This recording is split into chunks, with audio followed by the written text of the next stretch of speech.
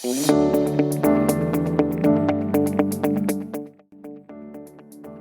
tenim una compostera que, com veieu, està un poc parada i el que hem fet és una aportació per a començar en el procés de reviscolar-la.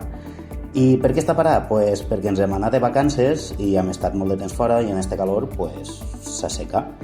Llavors, què és el que passa? Que quan no té temperatura, quan està seca, els microorganismes i altres actors deixen de funcionar i no està el procés de descomposició que toca. Llavors, en aquesta aportació que hem fet, el que també fem és molt important és fer un bon reg. Com veieu, estem ficant molta aigua, molta més que aportem de normal, perquè n'hi ha que guanyar eixa humitat perduda.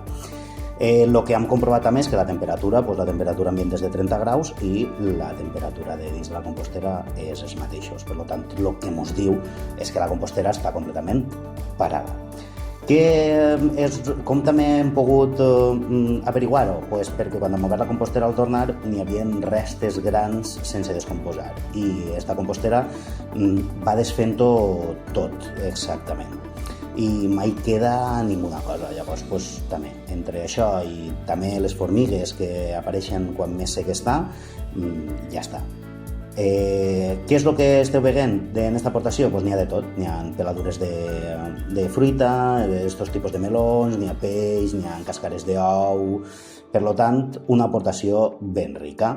I ja està. Llavors, ara que ja hem clavat aigua, que ja hem fet l'aportació, queda el que n'hi ha que fer sempre i molt important, que és remoure la compostera. Bé, doncs ara veurem què passa fins a la següent aportació i a veure si es comença a activar-se o no es comença a activar-se.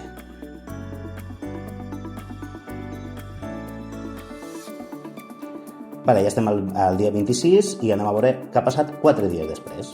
Anem a comprovar, en el termòmetre, així teniu que estem a una temperatura ambient de 26 graus i és un termòmetre de sonda, com veieu.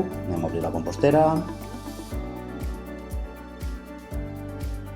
i fora estava a 26 i ara està a uns 30-31 graus, per tant vol dir que ja has començat aquest procés d'activació. Ja la nostra compostera, els microorganismes ja es comencen a actuar perquè tenen com manejar-se gràcies a la humitat que li hem aportat i què és el que anem a fer avui? El mateix, anem a fer una altra aportació, igual que l'altre dia, com veieu encara queden coses i ara en aquest procés que està tan lent el millor és trencar i trossejar